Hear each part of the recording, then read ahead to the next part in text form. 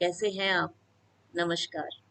मैं नम्रता बुलदेव श्री राम शिक्षा महाविद्यालय राजनांदगांव से फिर आपके लिए एक नया विषय लेकर प्रस्तुत हुई हूँ।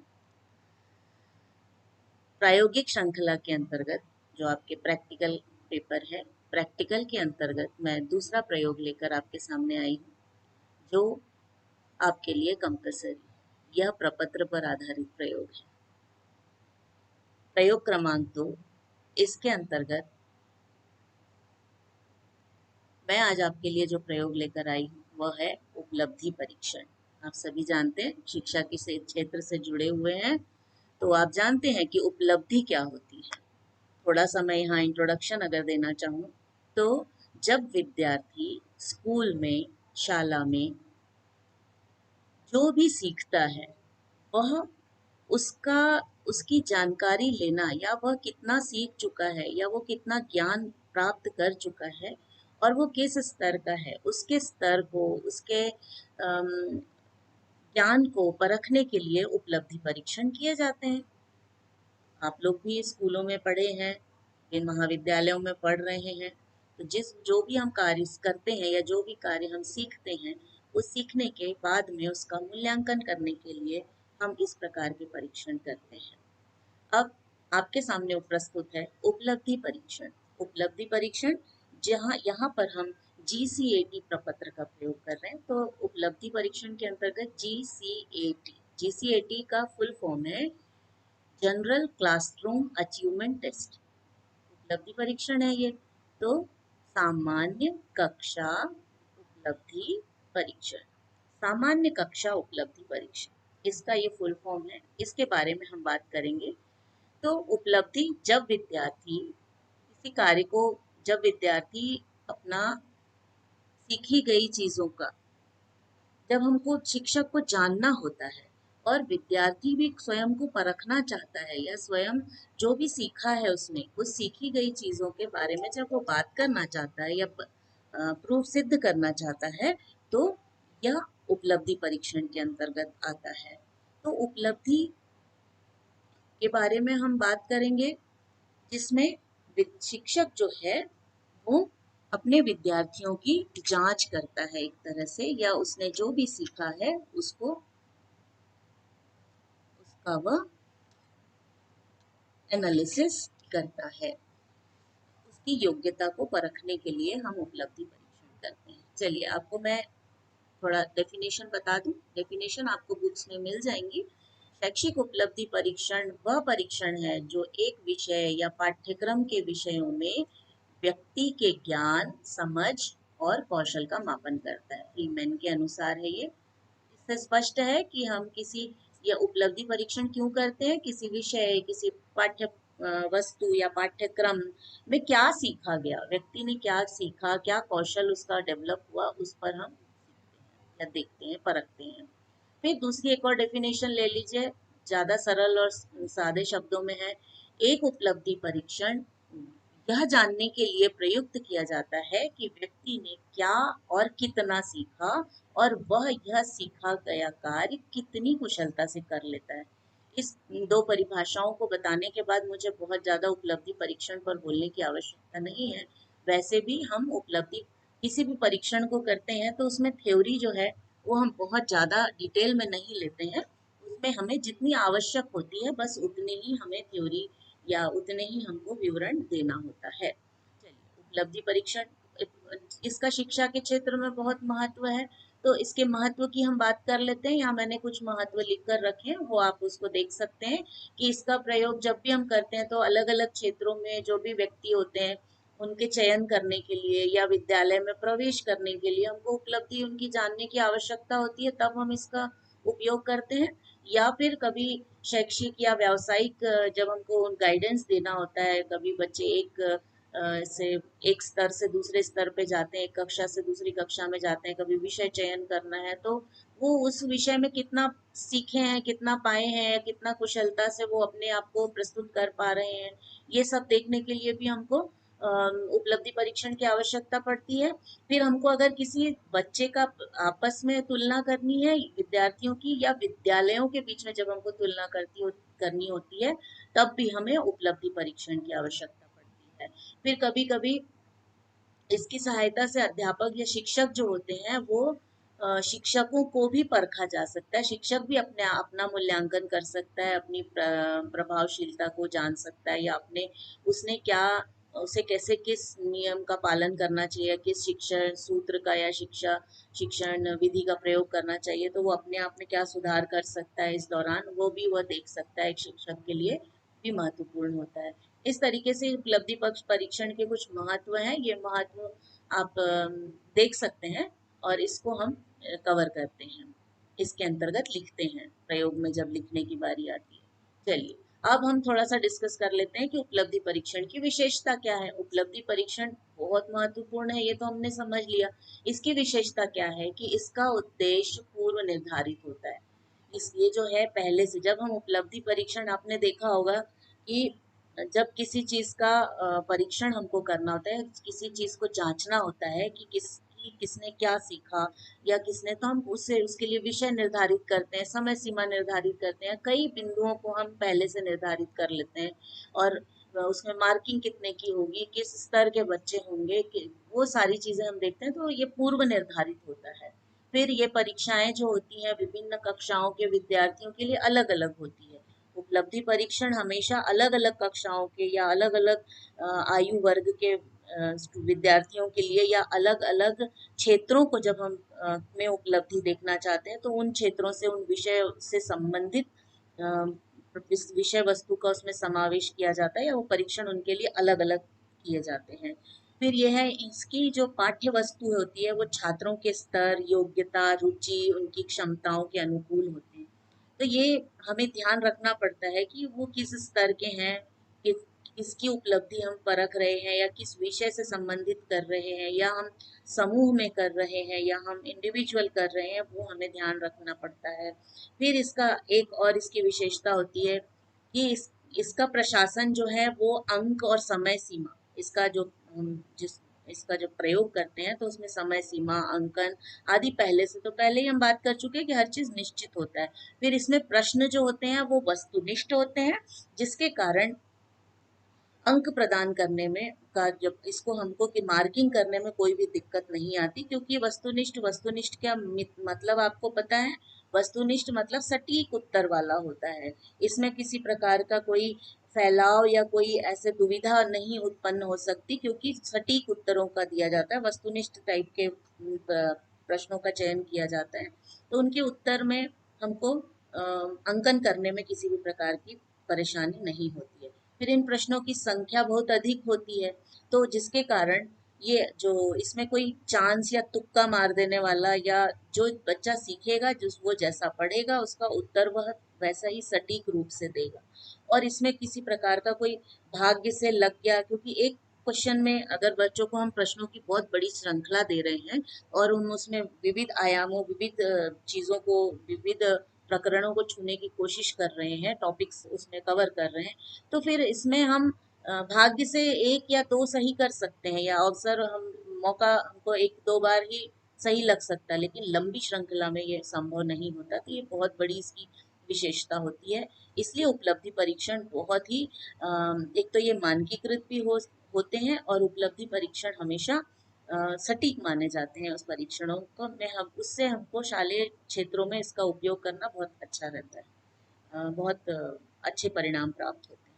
ये परीक्षण विभेदीकारी होता है, मतलब ये विभेद कर सकता है, और ये किसी भी बच्चों की या किसी व्यक्ति की सीखे गए जो जो भी उसने कौशल सीखा है, जो भी उसने कार्य किया है, वो कार्य को में विभेदन कर सकता है उनके बीच में। जैसे विषय से ले लें तो गणित में, हिंदी में, इंग्लिश में, जितने भी विषय हैं, या वो किसी विशेष क्षेत्र में जब हम बात करते हैं, तब ये विभेद उनमें अच्छे से कर सकता है, विद्यार्थियों के बीच में भी और शाला या शिक्षकों के भी आपस में, शिक्षक और विद्यार्थी के बीच में भी ये उपयोग किया जा सकता है। साथ ही साथ इसमें विश्वसनीयता भी पाई जाती है और वैधता भी पाई जाती है। अब हम बात करेंगे इसके प्रकारों की, ये बहुत महत्वपूर्ण है। उपलब्धि परीक्षण के प्रकारों को हमें समझ लेना चाहिए। इसके कई प्रकार होते हैं, जैसे उपयोगिता के उपयोग के आधार पर अगर हम बात करते हैं, जब हमें आवश्यकता, कैसे परीक्षणों के उपयोग हम करते हैं, तो उपलब्धि परीक्षण के या निदानात्मक। कभी कभी हमको बच्चों की, हमको शालेय इसमें हमको किसी विषय के बारे में कि बच्चे ने कितना पाया या कितने बच्चे इसमें पारंगत, हम सामूहिक में भी कर सकते हैं और एक एक इंडिविजुअल का भी हम परीक्षण कर सकते हैं, परख सकते हैं। तो उपलब्धि परीक्षण वो उपलब्धि परीक्षण कहलाएंगे जो हम उसके अंत में परीक्षा, हमेशा उपलब्धि परीक्षण किसी भी कार्य या कौशल या कोई भी सीखे गए कार्य के अंत में करते हैं, या किसी विषय प्रकरण यूनिट को पढ़ाने के अंत में करते हैं, या फिर पूरा यूनिट खत्म हो जाए, पूरी पांचों यूनिट जैसे आप लोगों की हो जाती है और उसके बाद आपका परीक्षा ली जाती है या अंत में किया जाता है, सीखे गए इसका पूरा आखिरी का जो परिणाम होता है वो हम उस समय हम उसकी उपलब्धि देखते हैं। तो ये उपलब्धि परीक्षण होता है। और निदानात्मक परीक्षण, कभी कभी हमको कोई समस्या ऐसी आ जाती है जिसके लिए हमको निदान ढूंढना होता है, उसका हमको उसका सोल्यूशन निकालना होता है, या हमको किसी विशेष समस्या पर कार्य करना होता है, तब हम निदानात्मक, तो ये उपयोग के आधार पर हम दो तरीके से उपलब्धि परीक्षणों का उपयोग करते हैं। फिर है निर्माण के आधार पर, जब हम बनाते हैं, जब इनका निर्माण किया जाता है, इनकी रचना की जाती है, उस समय हम मानकीकृत परीक्षण और अमानकीकृत परीक्षण के आधार पर करते हैं। तो मानकीकृत परीक्षण, आपको पता है कि ये वैज्ञानिक नियमों को और वैज्ञानिक कुछ चरण होते हैं, उन चरण को फॉलो करने वाले होते हैं मानकीकृत परीक्षण, जो स्टैंडर्डाइज्ड होते हैं, इनकी एक प्रक्रिया होती है और ये विशेषज्ञों के द्वारा इसको परखा जाता है और इसको कई कसौटियों पर कसने के बाद ही एक मानकीकृत परीक्षण तैयार होता है, ये आप जानते हैं, आप समझ सकते हैं। और अमानकीकृत परीक्षण वे होते हैं जो उस तुरंत की आवश्यकता को पूरा करने के लिए बनाए जाते हैं, जैसे शिक्षक द्वारा बनाए जाते हैं। तो अध्यापक निर्मित जो परीक्षण आते हैं वो अमानकीकृत के अंतर्गत ही आते हैं, इसमें किसी विशेषज्ञ के पास नहीं भेजा जाता। इसमें शिक्षक अपनी तुरंत की जो समस्या होती है बच्चे से, विद्यार्थी से संबंधित या विषय वस्तु पाठ्यक्रम से संबंधित, उस पर कार्य करता है और वो उसके लिए समय पर तुरंत में अपने समस्या का समाधान करने के लिए अमानकीकृत परीक्षण का निर्माण करता है। फिर प्रकृति के आधार पर उपलब्धि परीक्षण, अब उसका नेचर कैसा होता है, मानकीकृत जो सॉरी उपलब्धि परीक्षण जो होते हैं, उपलब्धि परीक्षण या तो निदानात्मक निबंधात्मक उसमें परीक्षण हो सकते हैं या वस्तुनिष्ठ हो सकते हैं। निबंधात्मक के बारे में आपको पता है कि इसमें विस्तार से लिखा जाता है, लिखने के लिए, या अपने विचार व्यक्त कीजिए, अभिव्यक्त कीजिए, संक्षिप्त टिप्पणी लिखिए, इस तरीके के निबंधात्मक प्रश्नों द्वारा भी उपलब्धि देखी जा सकती है, परखी जा सकती है। या फिर वस्तुनिष्ठ परीक्षण, वस्तुनिष्ठ परीक्षण के अंतर्गत शॉर्ट में या टू द पॉइंट या ऑप्शंस के द्वारा या खाली स्थान के द्वारा, वस्तुनिष्ठ में कई प्रकार आते हैं, जोड़ी जमाव आते हैं, मतलब सटीक उत्तरों के आधार पर वस्तुनिष्ठ परीक्षण भी बनाए जाते हैं या प्रयोग किया जाता है। इसकी दो प्रकार की प्रकृति होती है, या तो विस्तृत या फिर वस्तुनिष्ठ।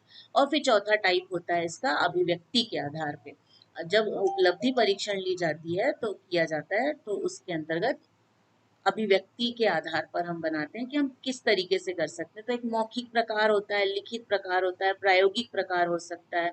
मौखिक के अंतर्गत मौखिक परीक्षण होता है, लिखित के अंतर्गत लिखित लिख करके दिया जाता है उत्तर, और प्रायोगिक जो होते हैं वो प्रयोग करके। ये तो आपको इसकी पता होना चाहिए कि उपलब्धि परीक्षण किस किस प्रकार से किए जाते हैं। हम यहाँ पर बात करेंगे प्रैक्टिकल की।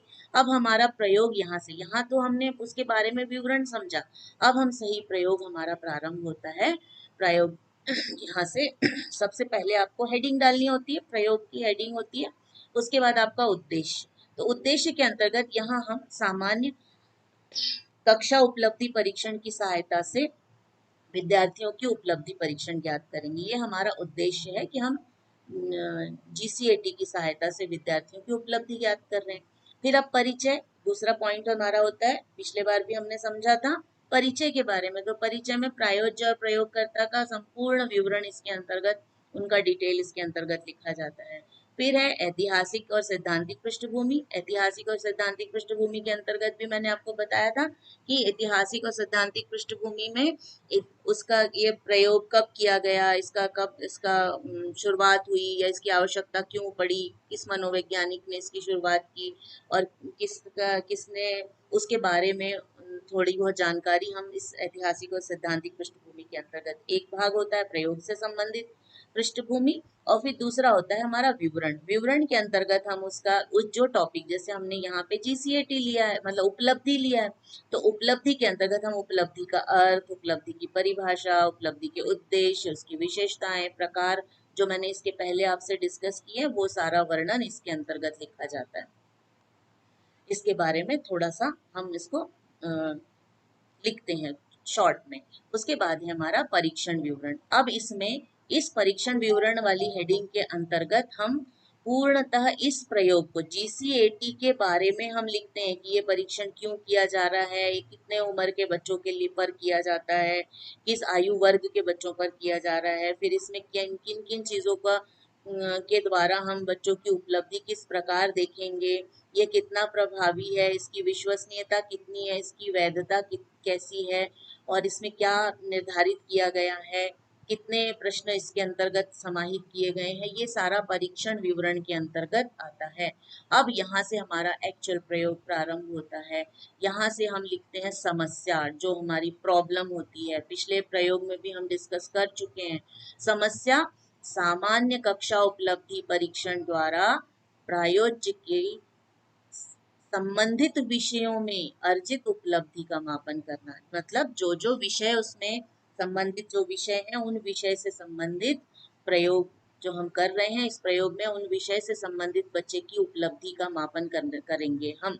अब इसके बाद हमने इस समस्या पर आधारित हमने एक परिकल्पना बनाई। हम परिकल्पना लेके चल रहे हैं कि ये जो जीसीएटी है, जीसीएटी के द्वारा प्रायोज्य के अर्जित ज्ञान का मापन, अर्जित उपलब्धि का मापन, यहाँ उपलब्धि होना चाहिए, उपलब्धि का मापन किया जा सकेगा।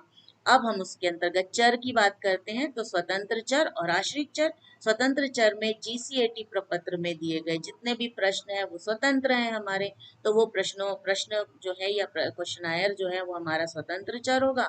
और आश्रित चर जो प्रायोज्य द्वारा हमको प्राप्तांक या उत्तर प्राप्त होंगे, उसके आधार पर जो हम अंकन करेंगे, वो अंक हमारे आश्रित चर होंगे। फिर उपकरण, उपकरण हम यहाँ पर जीसीएटी सामान्य कक्षा उपलब्धि परीक्षण प्रपत्र का उपयोग कर रहे हैं या जीसीएटी का उपयोग कर रहे हैं।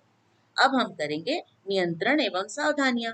इसके अंतर्गत नियंत्रण, हम कैसे इस प्रयोग पर बच्चों को कैसे क्या क्या निर्देश देंगे, पहले से हमें जो तैयारी करके रखनी है, क्या क्या सावधानियां लेनी है कि बच्चों को प्रश्न को समय से पहले नहीं खोलना है, समय निर्धारित है, उतने समय के अंदर ही आप उनसे करवाना है, फिर बच्चों को शांत वातावरण देना है, उनके लिए सारी सुविधाएं जुटाना है, फिर उनको उसके बारे में पूरा क्या क्या निर्देश हम देंगे, वो निर्देश को पहले से निर्धारित करके रखना है।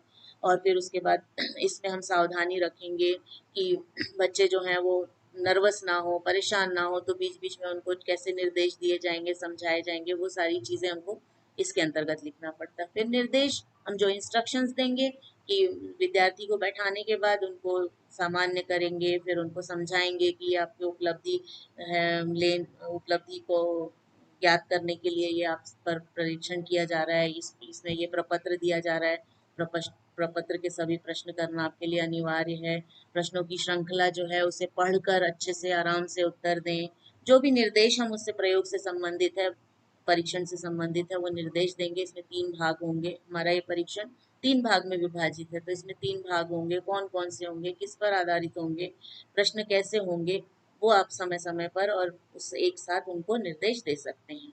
फिर प्रशासन, हम कैसे प्रशासन करेंगे या प्रयोग विधि, तो हम बच्चों को बैठाएंगे, फिर उनको शांत वातावरण प्रोवाइड करेंगे, शांत वातावरण में बिठाएंगे, फिर लाइट और उसकी व्यवस्था करके रखेंगे, फिर प्रयोग में एक एक प्रश्न, एक एक भाग उनको देते हुए बोलेंगे पहला भाग प्रारंभ करेंगे, फिर उनको थोड़ा वक्त देंगे बीच में, फिर दूसरा भाग और तीसरा भाग, ऐसे 3 भागों में ये है, इसमें हम हल करवाएंगे, वो सारा चीज़ें हम इसके अंतर्गत लिखेंगे। फिर सांख्यिकी विश्लेषण, सांख्यिकी विश्लेषण में हम जो भी जिस भी प्रकार से गणना करेंगे, जो भी हमारे आएगा, जितने भी मार्किंग हमको मिलेगी, वो मैं आगे बताऊंगी आपको जब प्रयोग समझाऊंगी तब, अभी लिखा हुआ बताऊंगी तब। सांख्यिकी विश्लेषण, अंतः निरीक्षण रिपोर्ट, जो हम देखते हैं कि प्रायोज्य कैसा महसूस कर रहा है, प्रायोज्य से हम बात करते हैं, उससे पूछते हैं और उसने कैसा महसूस किया, उसको कैसा लगा, ये सब अंतः निरीक्षण रिपोर्ट में हम लिखते हैं। प्रायोज्य के अंदर क्या, प्रायोज्य के द्वारा भी, और हम अपना भी रिमार्क देते हैं, जो प्रयोग करता होता है वो भी अपना जो ऑब्जर्व करता है, जो निरीक्षण करता है, वो उस पर रिपोर्ट लिखता है। तो दोनों के मिला जुला इसके अंतर्गत लिखा जाता है। फिर परिणाम निकालते हैं, जो परिणाम प्राप्त होते हैं उसके आधार पर हम निष्कर्ष निकालते हैं, उसका विश्लेषण करते हैं। और शैक्षिक महत्व, उपलब्धि परीक्षण है तो शिक्षा के क्षेत्र में कैसे महत्वपूर्ण है, इसकी आवश्यकता क्यों है, ये विद्यार्थियों की उपलब्धि ज्ञात की जाती है, तो जब वो क्या सीखे या कहाँ किस स्तर तक, कभी उनको कोई निर्देशन देना है, परामर्श देना है, तब भी हम इसका प्रयोग कर सकते हैं। तो इस तरीके से शैक्षिक महत्व हो गया। इन बिंदुओं के आधार पर हम अपने प्रयोग का वर्णन करते हैं। चलिए अब मैं आपको यहाँ पर एक प्रपत्र दिखा रही हूँ। ये प्रपत्र आपका जीसीएटी का प्रपत्र है। इसमें देखिए सामने वाले पेज पर पूरी जानकारियां आपको लिखनी है। सामने वाले पेज पर पूरी जानकारियां आपको लिखनी है।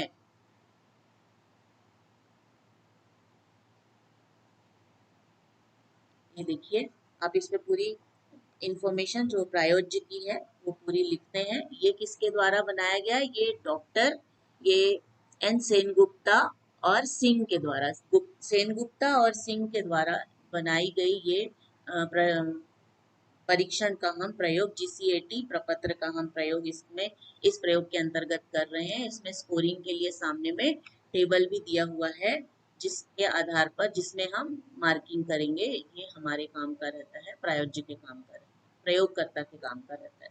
चलिए अब इसके अंतर्गत मैंने आपको बताया कि 3 बिंदुओं पर आधारित है ये। तो पहला भाग, दूसरा भाग और तीसरा भाग। पहला भाग जो है आपका इंग्लिश पर आधारित है, इसको बोलते हैं, ये वाला जो भाग होता है आपका पार्ट, ये पहला भाग इंग्लिश पर आधारित होता है। ईएटी, ये है ईएटी। ईएटी के अंतर्गत देखो प्रश्न दिए हुए हैं। इसमें पहला है, फिर ये दूसरा पार्ट है, फिर ये तीसरा पार्ट है और ये चौथा पार्ट है, ये पांचवा पार्ट है। ये पहले भाग के अंतर्गत हुआ, जिसके सामने आपको उत्तर लिखने हैं या टिक लगानी है। ये इंग्लिश के बारे में लिखना होता है इसमें। ये दूसरा भाग जो है, दूसरे भाग के अंतर्गत विभिन्न विषय होते हैं क्लास में, तो उसी विषय के आधारित ये अचीवमेंट टेस्ट है। ये छोटे बच्चों पर किया जाता है। छोटे मतलब ये 12 साल 13 साल के आसपास के बच्चों तक के ये किया जाता है।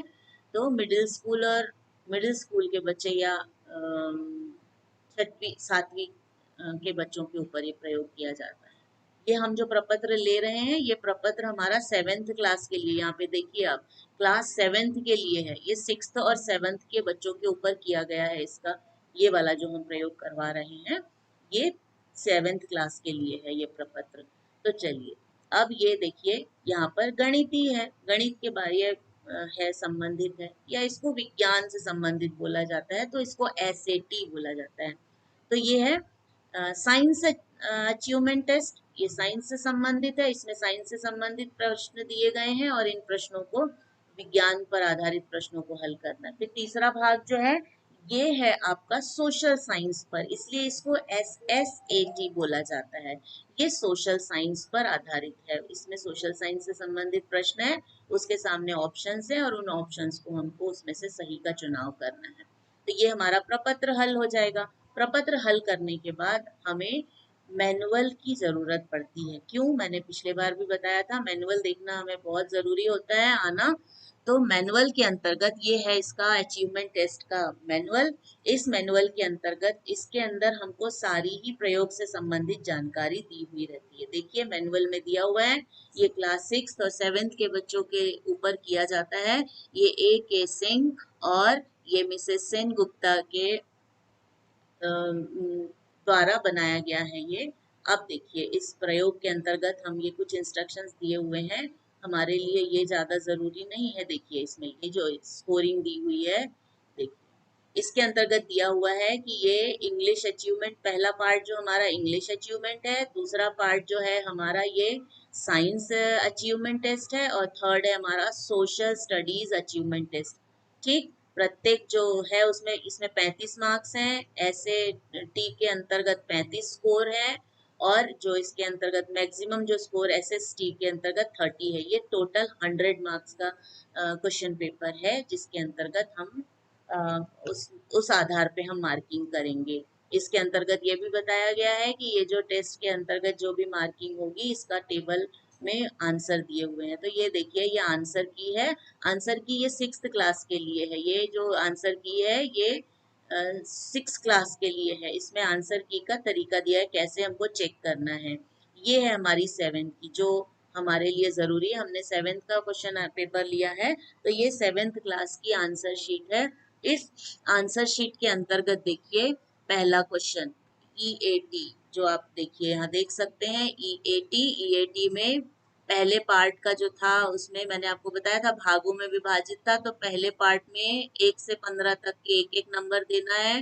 जो जिनका गलत हो जाएगा वो इनकरेक्ट जो आंसर रहेंगे उसके लिए हमको 0 मार्क्स देने हैं। और बाकी के मार्किंग यहाँ लिखी है। +1 देने हैं हमको 1 से 15 तक, +2 देने हैं हमको 16 से 20 तक, और फिर +1 देने हैं हमको 21 से 30 तक के। तो ये टोटल हमारे 35 मार्क्स देंगे हम। उसके बाद में हम चेक करेंगे तो अचीवमेंट टेस्ट का सेकंड पार्ट जो है हमारा साइंस के संबंधित है, साइंस एप्टीट्यूड एसएटी है। तो एसएटी में भी देखिए +2 देंगे हम 1 से 9 तक, फिर 3 स्कोर करेगा वो 10th क्वेश्चन को, और फिर 2 मार्क्स देंगे हम 11 से 17 तक के। तो और अगला जो हमारा है सोशल साइंस में, उसमें भी देखो मार्किंग दी हुई है 1 की मार्किंग। यहाँ पर हमेशा वाइवा का एक प्रश्न बनता है कि सबसे ज्यादा मार्क्स, सबसे ज्यादा स्कोर किस प्रश्न को दिया जाता है। तो हमको ये याद रखना चाहिए कि GCAT में सबसे ज्यादा स्कोर जो है ये 10th क्वेश्चन को 3 मार्क्स दिए जाते हैं। और दो जगह पे हम तीन जगह पे हम 2 मार्क्स देते हैं, और बाकी जगह पे हम 1 मार्क्स। सबसे ज्यादा स्कोर करता है 10th जो क्वेश्चन है, ये हमें वाइवा का क्वेश्चन बनता है। तो इस तरीके से हम अपने प्रश्न पत्र को चेक कर लेंगे, जांच लेंगे, और जांचने के बाद में हम इसको इसकी स्कोरिंग करके, जो फ्रंट का जो पेज था क्वेश्चन आयर का आपको मैंने दिखाया था, क्वेश्चन आयर का जितना भी एक एक सब्जेक्ट में उसको मिलेगा उसके अकॉर्डिंग हम इसके फ्रंट पेज पर लिखेंगे। ये देखिए फ्रंट पेज पर फर्स्ट में कितना मिला, सेकंड में कितना मिला, और थर्ड में कितना मिला, यहाँ पर हम इसका टोटल कर लेंगे। अब ये होने के बाद फर्स्ट सेकंड थर्ड भाग में कितना कितना मिला, ये होने के बाद अब देखिए हमको इसका परसेंटाइल वैल्यू निकालनी पड़ेगी। परसेंटाइल वैल्यू के लिए हमारे पास इसमें टेबल दिया हुआ है। इस टेबल के आधार पे हम इसकी परसेंटाइल वैल्यू निकालेंगे। चलिए ये जो टेस्ट किया गया है, ये देखिए नॉर्म्स यहाँ पे दिए हुए हैं कि ये जो किया गया है ये 10 से 12, मैंने आपको बताया था 10 से 12 साल के बच्चों के ऊपर किया जाता है। सैंपल लिए गए थे इनके, और इन पर ये प्रयोग किया गया है। और इसका जो है इसके स्कोर को जो है वो हमको परसेंटाइल में कन्वर्ट करना है। और इसके सामने उन्होंने इसमें इसका जो इंटीग्रेटेड जो इंटीग्रल जो स्कोर है, इंटीजर स्कोर दिया हुआ है, और ये ऑप्टेन स्कोर है, जितना पाया को इसने कन्वर्ट ऑलरेडी करके रखा हुआ है। और ये यहाँ पर परसेंटाइल दिए हुए, ये टेबल हमें दिया हुआ है। ये टेबल 6th क्लास के लिए हमें आवश्यकता है। और एक चीज और भी इस नॉर्म में दिया हुआ है कि ये रूरल और अर्बन एरिया के, देखो यहाँ पे दिया हुआ है कि रूरल और अर्बन एरिया के बच्चों पर ये किया गया। तो हमको यहाँ पर जो दिया है 6th का जो हम देखेंगे यहाँ पर, तो ये 6th क्लास के बच्चों के लिए, ये अर्बन क्षेत्र के बच्चों के लिए परसेंटाइल दिया हुआ है, और इंटीग्रल स्कोर दिया हुआ है, और ये रूरल के लिए दिया है। अब ये 7th हमारा काम है, हमारा जो प्रश्न पत्र हमने 7th का यूज किया, जो 6 का यूज करेंगे वो 6 के इसमें परसेंटाइल देखेंगे, हम 7th का देखेंगे।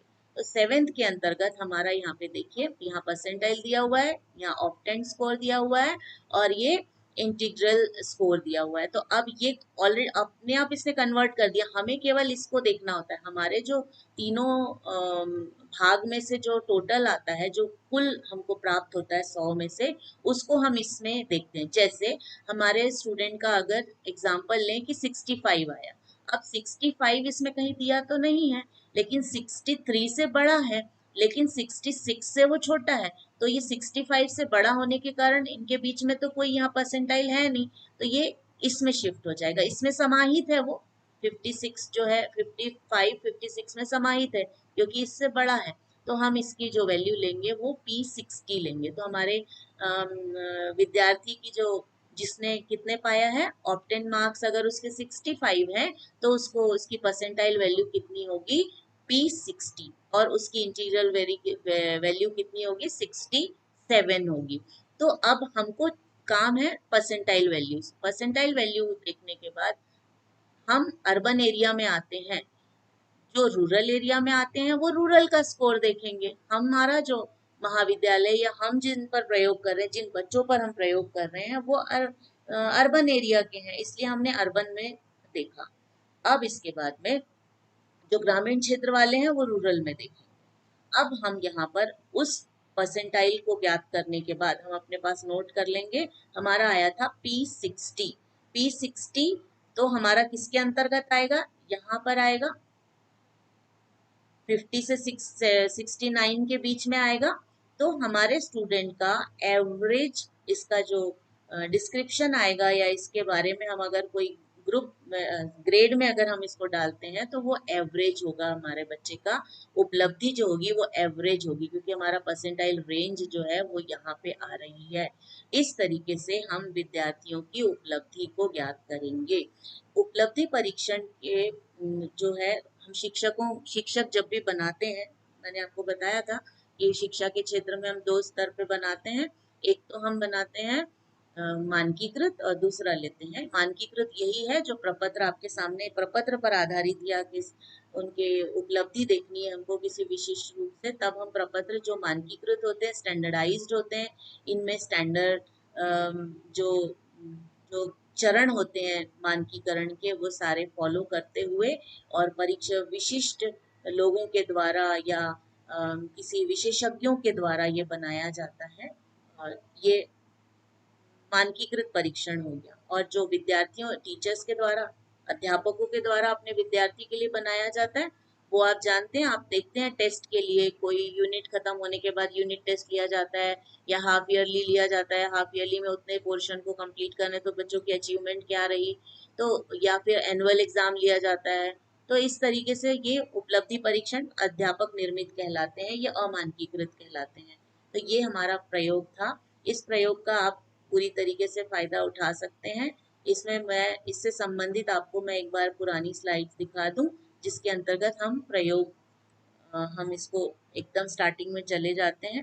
एकदम प्रारंभ वाली स्लाइड पे जब हम जाएंगे तो हम देखेंगे कि वहां से हम एक बार रिवाइज कर लेते हैं कि उपलब्धि परीक्षण है। इसमें आपको इसमें विवरण के अंतर्गत आपको इसकी डेफिनेशन देनी होगी, फिर इसके महत्व बताना है, प्रकार बताना है या विशेषता बतानी है। ये सारी चीज़ों को लेते हुए फिर हमको उसकी अन्य जानकारी जैसे उद्देश्य है, परिचय है, फिर ये सारी चीज़ें बिंदु है, समस्या है, परिकल्पना है, चर है, उपकरण है, नियंत्रण है, निर्देश है, फिर प्रशासन है, सांख्यिकी। सांख्यिकी विश्लेषण के अंतर्गत वो हम लिखते हैं कि इतने प्रश्न थे, बच्चों ने इतने इस भाग में इतना पाया, ऐसे पहला इंग्लिश का ईएटी में इतना मिला, इसमें एसएटी में इतना मिला, एसएसईटी में एसएसएटी में इतना मिला, फिर इसका तीनों का टोटल करने के बाद इसका परसेंटाइल स्कोर इतना आया। ये सांख्यिकी विश्लेषण के अंतर्गत हम लिखते हैं कि हमने कितने कितने किस प्रकार से फलांकन किया और उसका क्या। फिर इसके बाद में हम इस प्रयोग के दौरान अंतःक्रिया मैं आपको बता चुकी हूँ। फिर है परिणाम और निष्कर्ष। इसका जो रिजल्ट प्राप्त होगा वो हम लिखेंगे कि इसका इसका हमको उसको टोटल जो किया उसमें 100 मार्क्स, 100 मार्क्स में से इतने मिले, इतना परसेंटाइल स्कोर रहा। तो हमारे बच्चों का जो ग्रेड आया, जो उनके जो डिस्क्रिप्शन जो था उसमें उसमें कितना क्या आया, एवरेज आया, एवरेज से अधिक आया, एवरेज से नीचे आया, या बहुत अच्छा रहा या बहुत कम रहा, वो हम देखते हैं और उस पर निष्कर्ष पे निकलते हैं। किसी निर्णय पर पहुंचते हैं कि बच्चे को किस क्षेत्र में किस विषय पर, जैसे पहला भाग दूसरा भाग है, किस में कम है तो हम उस पर मेहनत करवा सकते हैं, उसके बारे में उसको टिप्स दे सकते हैं, जो बहुत अच्छा है उसको इम्प्रूव करने के लिए और उसको मदद कर सकते हैं। इस तरीके से ये आपका प्रयोग हुआ और इसके पीछे प्रपत्र है, मैनुअल देखने का तरीका मैंने आपको बताया। इसके पहले के भी मेरे कुछ वीडियोस आपने देखे होंगे, आप उससे भी फायदा उठाइए। आपका प्रैक्टिकल का भाग इन मेरे द्वारा प्रस्तुत किए गए जो भी वीडियोस हैं उससे निश्चित ही आपको फायदा होगा। उसका फायदा उठाइए और मेरे चैनल को सब्सक्राइब कीजिए, लाइक कीजिए, शेयर कीजिए। धन्यवाद। आपका दिन शुभ।